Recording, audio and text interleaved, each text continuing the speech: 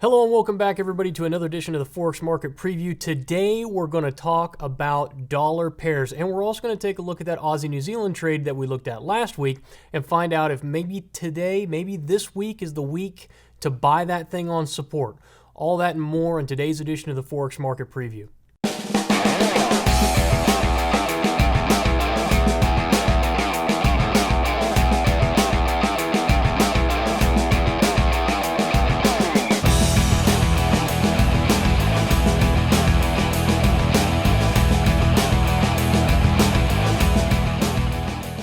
Okay, everybody, so last week we talked a lot. We talked about several different things. So I want to cover a couple of different things with you. I want to cover the things we covered last week, and then I also want to move into and discuss with you a little bit about a Japanese yen trade that I took in the middle of the week this last week and show you why stop placement is so important. So let's go ahead and just kick it in here on the euro dollar. I'm also recording this on a different software this time, so we're going to see if that improves the quality of the video at all, or allows me to do anything new with it.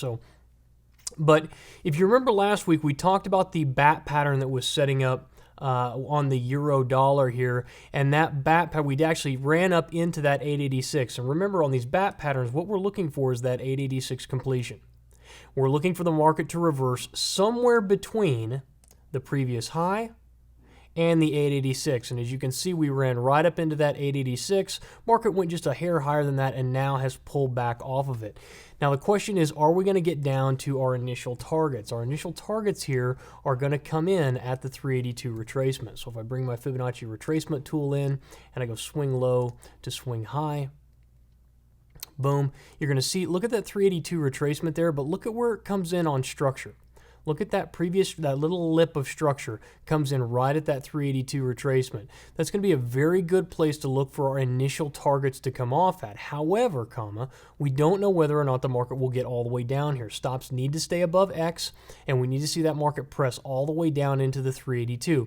Now, given the average true range of this market, I don't know that we will necessarily get there next week. If we see a significant push lower, dollar strength into next week, or into this week, excuse me, we may end up hitting that 382. If not, we may have to wait another week.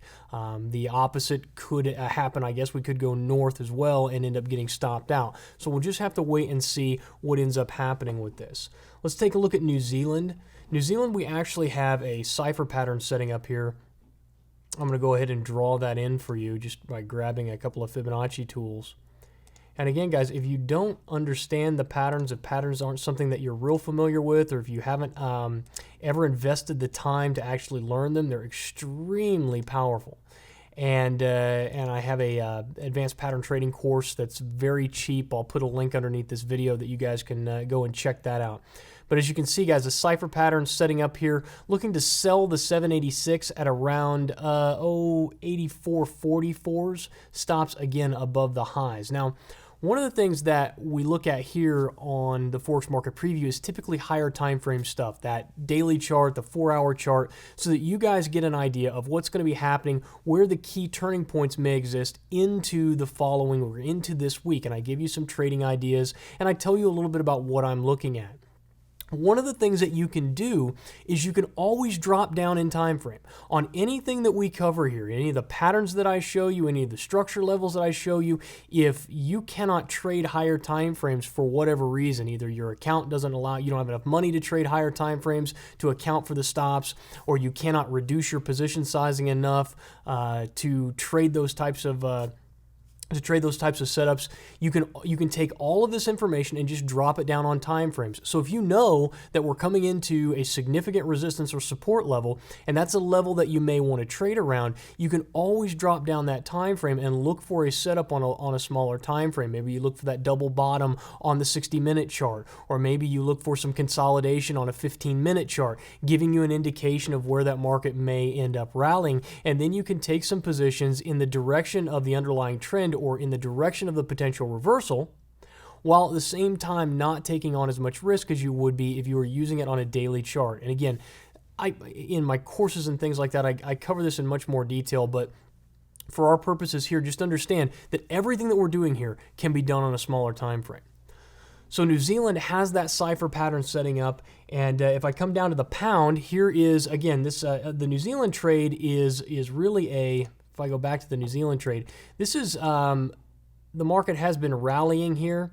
We've come back. Now the market has hit a point of exhaustion, so we've had a rollover. Now the market is going to rally back up, and when we do, we will most likely break these structure levels. When we break those structure levels, that would technically make us bullish.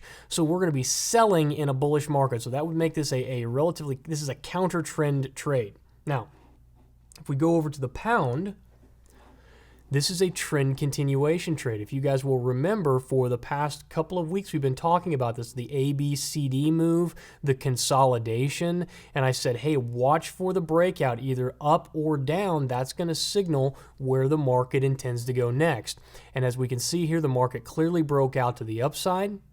And now we have to look for where are we going to get involved in that trade. And here, one of the main trend continuation trades that I teach is wait for the retracement. So the market has broken out. We're now going to wait for the retracement back down into previous structure resistance. Look left, structure leaves clues. Look for that resistance level as the market pulls back down into that resistance level around 162.45s. You're going to look for you're going to look for an entry, a long opportunity. Now you can do that by simply buying as the market hits 162.50s. You can wait, you can drop down a time frame to maybe a 4-hour or a 60-minute and wait for a double top or a double bottom. There are a multitude of ways you can wait for the market to turn up and print a higher high, higher close. You know, there are several different ways that you can enter this market. But what we want to try and do is give ourselves the least amount of risk with the most amount of reward. And the least amount of risk with the greatest potential for reward will exist somewhere between 162.40 and here around 159.15. So this is actually the area that the market can move in, and I'm not going to go into too much more detail about how we can enter this, or what happens if you can't absorb the risk from here to here. How can you potentially still take advantage of the trades? All of that gets covered in more detail in other training lessons or in other courses that we have. But as the market pulls back down into here, 62.45, 62.50s is going to present a buying opportunity for those of you who are trend continuation traders. Now, let's jump over to the Aussie. Aussie dollar. Look left, structure leaves clues. We ran into support. The market double bottoms against that support level and then rallied off of that. We have now come back down into that level. We haven't quite hit it yet. So one of the major things that traders will do wrong is they will try and buy this up too early. They will see this market start to rally. They'll get really nervous about missing the move, and then they'll end up entering here, and then the market will go ahead and roll over down into the potential reversal zone.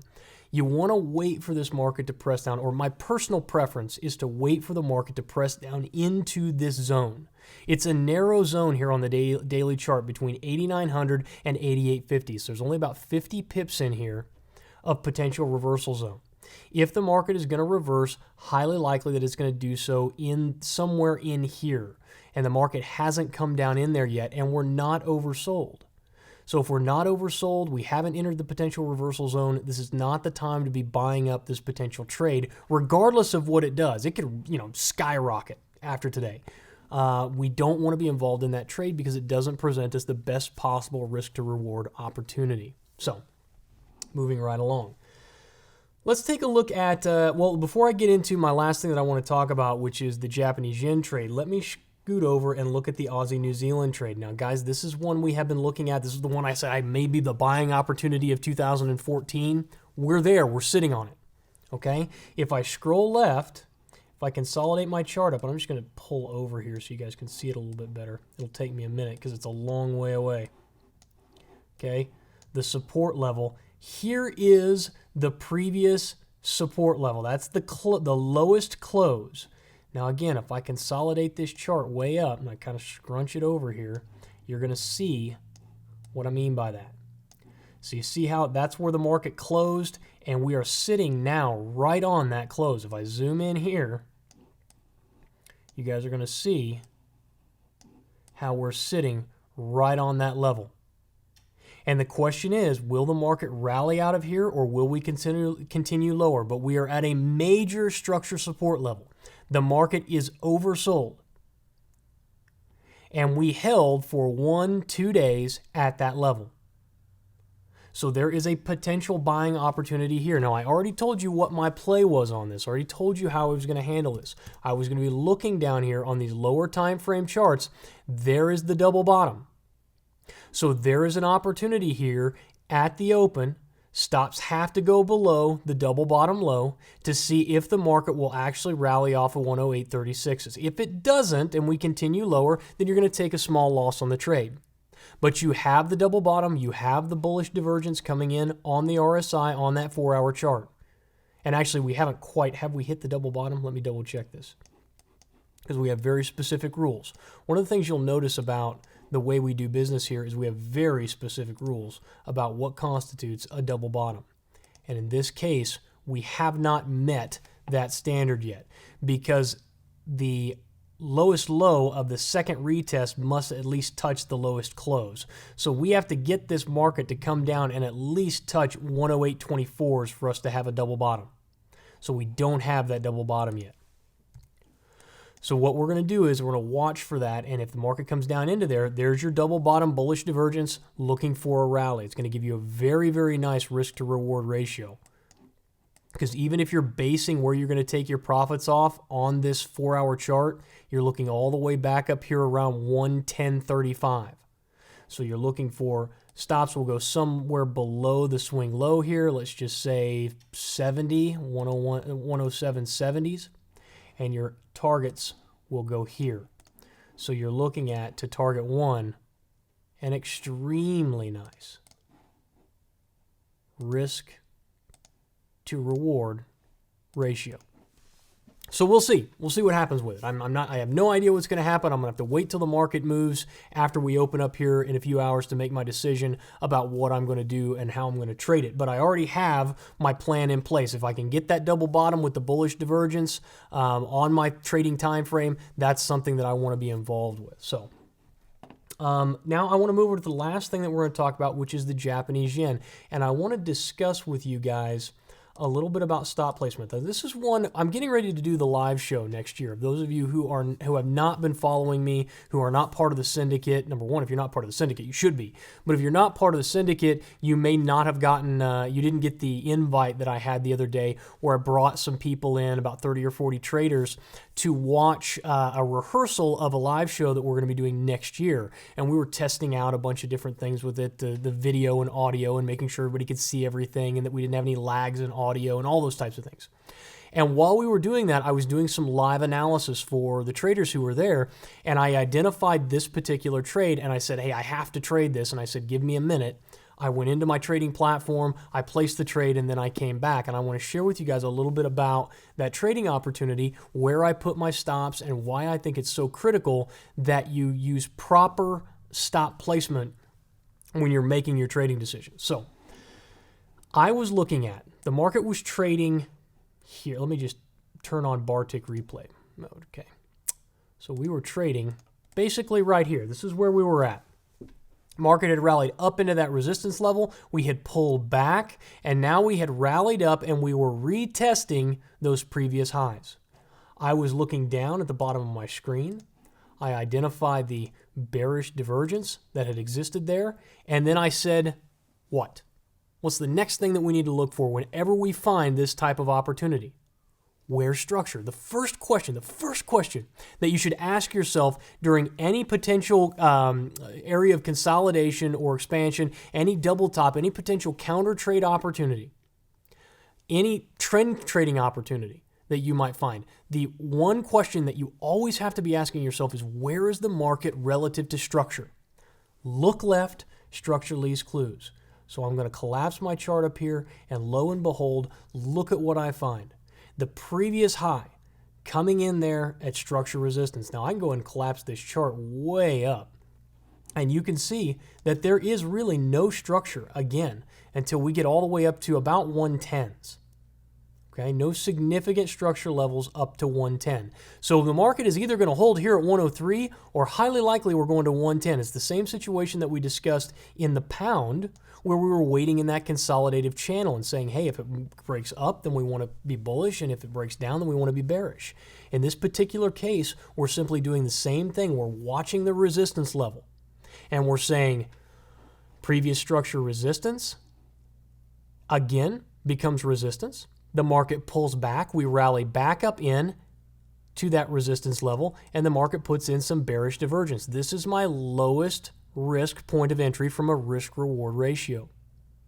So I ended up shorting the markets right here around 103.27. It was almost right on that level. I'd have to look at my platform to see exactly what number I got, but it was right around that level. Now, my next question is, where do my stops need to go? Now, this is what's critically important, is that most people will put their stops right above, 10 pips above the high. They say, if we break above that high, then I don't want to be involved in the trade. I want to be out of the position because at that point, I'm probably wrong. At that point, the market's probably going to run on me.